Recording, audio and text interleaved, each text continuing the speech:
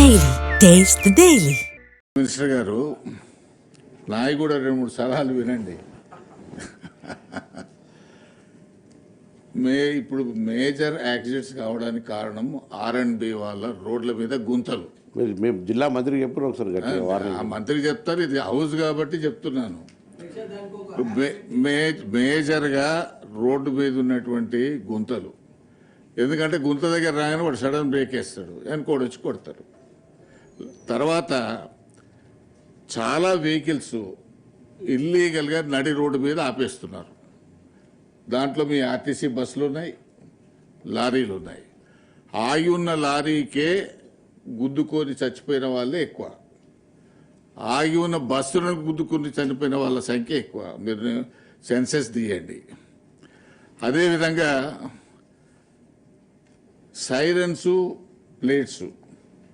Siren అయితే ఎవరు road పెట్టుకుంటుండో ఎవరికి అర్థమైతలేదు, ఎవరు ఇష్టానుసారం వాళ్ళు పెడుతున్నారు కార్లకు. చెప్తాం, మీ ఆర్టీఓలు, మీ వెహికల్ ఇన్స్పెక్టర్ల డ్యూటీ కూడా అది. తర్వాత నెంబర్ ప్లేట్స్ మీద వాడు ఎమ్మెల్యే రాసుకుంటాడు, పోలీస్ కమిషనర్ రాసుకున్నా ఎవడు వాడికి దిక్కు లేదు, విన్నారా? అందుకనే మీ డిపార్ట్మెంట్ చేయాల్సిన దాంట్లో కూడా మీరు ఎప్పుడు రోడ్ల మీద ఇన్స్పెక్షన్ చేస్తుంటారు కదా మీ వెహికల్ ఇన్స్పెక్టర్స్, అవి ఎందుకు పట్టించుకోవట్లేదు?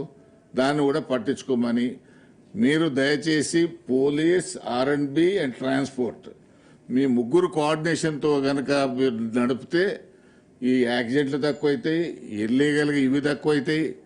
తర్వాత మల్కాపూర్ ఫిట్నెస్ సెంటర్ నేను కలిసి విజిట్ చేసినాం. ఇంతవరకు మళ్ళీ అది ప్లాన్లో రాలేదు, వర్కౌట్ కావట్లేదు. కేంద్ర ప్రభుత్వం 6-7 కోట్లు ఇచ్చి అప్పుడు తయారు చేసినటువంటిది యాస్టేజ్గా అన్యూజ్డ్గా ఉంది.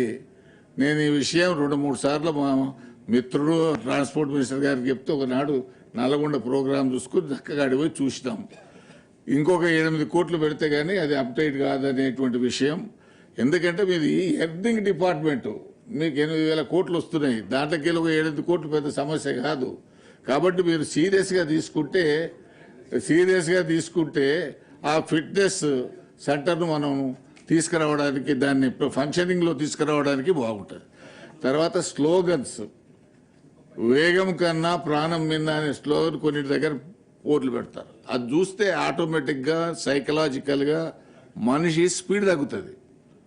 అటువంటి చాలా స్లోగన్స్ ఉన్నాయి, వాటిని ఎందుకు మీరు అడాప్ట్ చేయరు? ఎందుకు దాన్ని లారీల మీద బ్యాక్ సైడ్ పెట్టొచ్చు, తర్వాత మీరు బోర్డులు కూడా మెయిన్ రోడ్డు మీద పెట్టొచ్చు.